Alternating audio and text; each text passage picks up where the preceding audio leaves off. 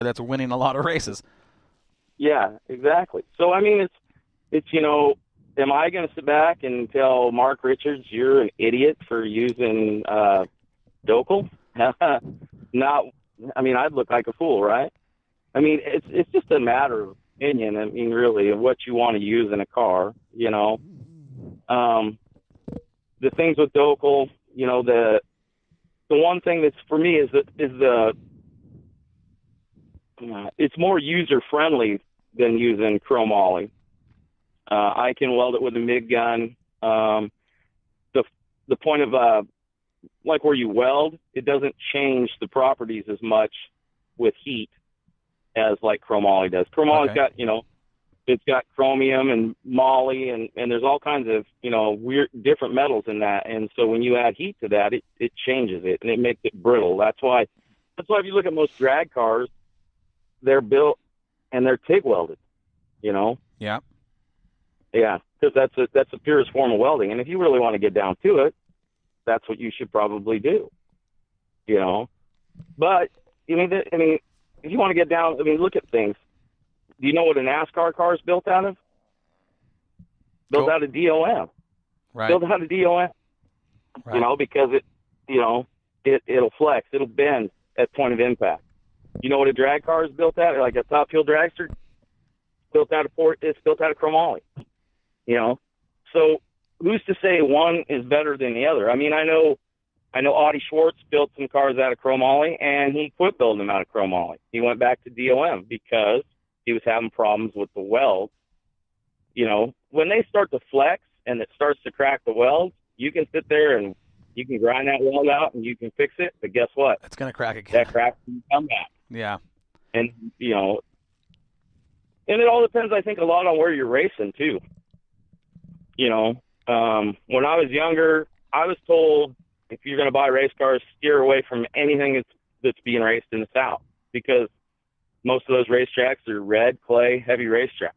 And they're being punished, Right. And now our cars now, if you look at them, you look at an XR1 versus, a regular blue gray or a black front end car from earlier, those Right. cars, black front end cars and blue gray front end cars are all built to flex.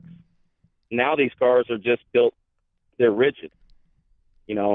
Cars you used to rely on some of the flex of the chassis to help the car work, and now you're just relying on shocks and springs. Right. Now let me But stop you right there. it's a more consistent race car that way. It's more predictable. Right. Right. Because it's your suspension that's doing the work, and your chassis is not changing any of that. With the properties of Dole Call, it's got a memory. Am I correct when I say that? Yeah, yeah. Does that create a lot of flex in the chassis that you might have to consider when you're putting a setup on the race car?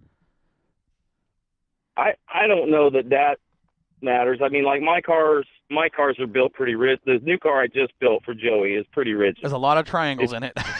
Yes, it's there is. it's triangulated a lot, and the reason it's triangulated a lot is because I built this car to be stronger and lighter, so that way we could tune with lead and things where we want to put it. Right. You Okay. know, Now, when we were talking off the air amongst the crew here at Moxie, looking at the printouts and reading about the properties of each metal, we were finding that some of the chassis manufacturers that use Dole Call were saying you have to really be careful when you're putting the car together, when you're constructing it, of where that seam is as you manufacture the car because of the way the metal flexes. Did you have to consider any of that when you were putting your car together, or you know what I'm saying, right? I mean, were all the welds pointed down, or did you turn the welds certain places to get the metal to flex in different ways, or was that even a I consideration? I never really looked to consider where the seam was. I mean, like if I bend a piece of tubing, I make sure that the seam is on the short side of the bend, not on the elongated side of the Okay, bend. okay.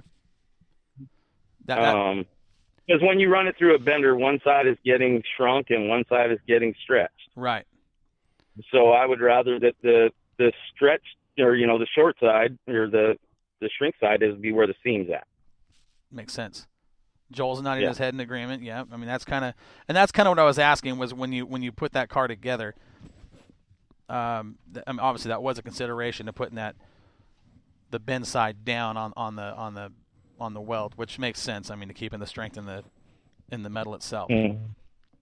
So, but I mean, you're going to look at those kind of things. I mean, look at like I think I read a thing the other day because this has been it's been a topic, and I mean, I read Docal is 20% stronger tensile strength wise than chromoly. okay, right? So yeah, we've got that me, in front of us. That's a true statement. Yeah, it's 20% stronger. To me, I mean, I would rather have a stronger car surrounding my driver. And I'm not saying that chromoly is not strong. Like I told you before, drag cars are built out of it. Right. And you got to think about something too. That Docal is relatively new to this whole racing scene. Which is why it's such a hot topic. Standard. Yeah, chromoly has been the standard forever. Right. Okay, and everything's been built out of chromoly. Anything that's light and strong and fast has been built out of chromoly. So I think maybe there's a little bit of it's like, dude, if I own a bar and I'm selling X microbrew over here, yeah, I'm going to tell you that it's the greatest thing since sliced bread. Yeah. I mean, I think there's a lot of things that are going into it. But like I told you before, I just think a lot of it is it's going to be builder preference. But I do know that there's a lot of chassis manufacturers that are building with Docal, and not just dirt cars. I mean, there's a lot of drag cars that are being built out of Docal. I mean, okay. that stuff was being used in overseas drag cars way before it was ever being used here to replace chromoly. Well, I think one of the interesting facts that you make that I think would be attractive to any chassis manufacturer is the fact that you mentioned that it's lighter and it is stronger. And we're seeing that on the graphs that we're looking at, on the research that Joel printed out, chromoly versus Docal. Those, I mean, you're absolutely right. You say that it is lighter, it is stronger, and I think that would be a major attraction to any chassis manufacturer based upon what they're trying to do. Working with that metal, having worked with chromoly for so long, and working with Docal, what did you find in the construction of your car? Was it easier to work with? Was it? I mean, did you notice anything different? It's, I will say this. It's tough. I can tell you this. When we built the car that Jesse ran, when we built the next gen car here a couple of years ago, that stuff, when I put it through when I bent the main roll cage, I mean, usually a piece of 1 3/4 095 DOM, it doesn't really bog my bender down, and when I went to bend that Docal, it worked my bender pretty hard. Okay. So right. it's pretty tough stuff. I mean, as far as workability, it welds, that's a lot of it. It's got a lot of properties workability wise that are similar to just working with mild steel. It welds out nice. You don't have, like with chromoly, you got a lot of prep work with chromoly. There's a scale on chromoly. You need to actually clean it and get that stuff off. And don't you actually have to drill a hole in it too to weld up two butted pieces? What's that? Don't you have to drill a hole in it to weld it up to another piece that's closed? Yeah. Yeah, like all of Barry Wright's cars, I mean, like wherever there's a joint, wherever, he'll drill a hole so the gas can escape. Yeah. Okay. Interesting. So what was the reason you specifically went with Docal? What was the final factor in that decision to build your cars out of that metal? Well, cost-wise, it's a wash. It's going to cost you the same, one way or another. And I went with it because it's like, an athlete that's lighter and stronger is going to be faster, right? And so for my deal, I was able to build a lighter, stronger car, and I figure it's going to be faster. Okay. It makes sense to me. I mean, and when you get down to, I mean, you guys are saying, well, it's lighter. No, I mean, a piece of 065 inch and a quarter, a foot long, Docal is going to weigh relatively same amount as a piece of inch and a quarter 065 chromoly. You know, that's sometimes people don't understand that. They think, well, it's lighter just because it's a different tubing. No, you know, it's just you're looking at the tensile strength of the tubing. You're able to utilize a lighter tube with the same strength as something else. It's a heavier wall. Well, and you see what I'm saying? If I remember right, David Stremme experimented with Docal in the lethal chassis and 4130 chromoly. And if I remember right, he said he saved, it was like 20 pounds is what he saved by going to Docal in an entire car. So, I mean, 20 pounds on a, 800 to 1,000 pound chassis, that's not much in the grand scheme of things. Yeah, well, I can tell you what, if you put my car, the one I just built for Joey, next to Joey's old car, that car there, the new car has way more bars in it, and it probably looks like it's way heavier. And that car is over 100 pounds lighter than the car I built Joey to begin with. Wow, that makes a big difference. That gives you the chance to tune the car with when lead. you start talking 100 pounds. Yeah, you can start playing with lead and doing that stuff to it. Okay. Well, yeah, I mean, it's and the car is way stronger just because of the way it's constructed.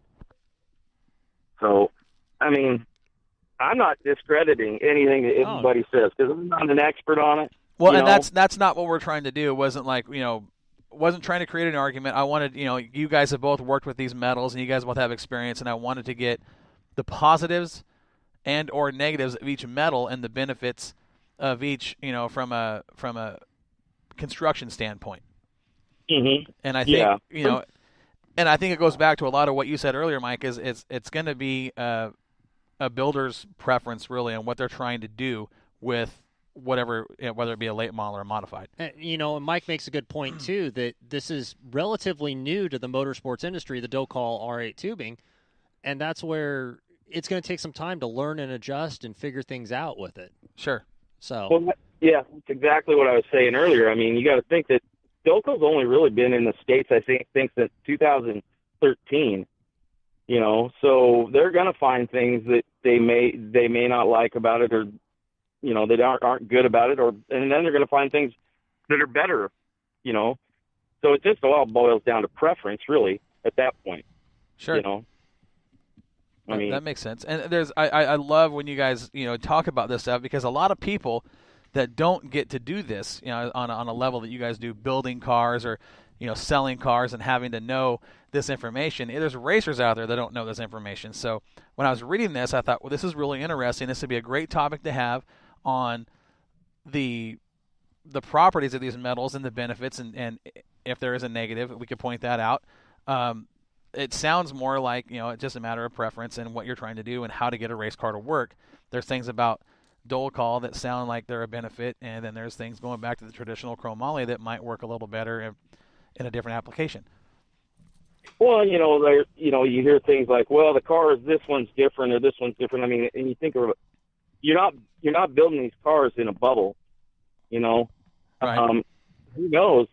I mean, there's so many things that play into how a car is built. I mean, think about it. Do you go and you weld in a sequence and you weld everything exactly the same, and the batch of wire that you're using versus the batch of wire you started with? I mean, there's all kinds of things that can change. I mean, you could have a breeze blowing through the freaking shop. Okay, so it's colder that day, it's warmer that day. There's just variables. Right. Exactly. And that's that's the same thing with chromoly too. Is I was reading some stuff from who was it? Joe Fitzpatrick from Don Schumacher Racing.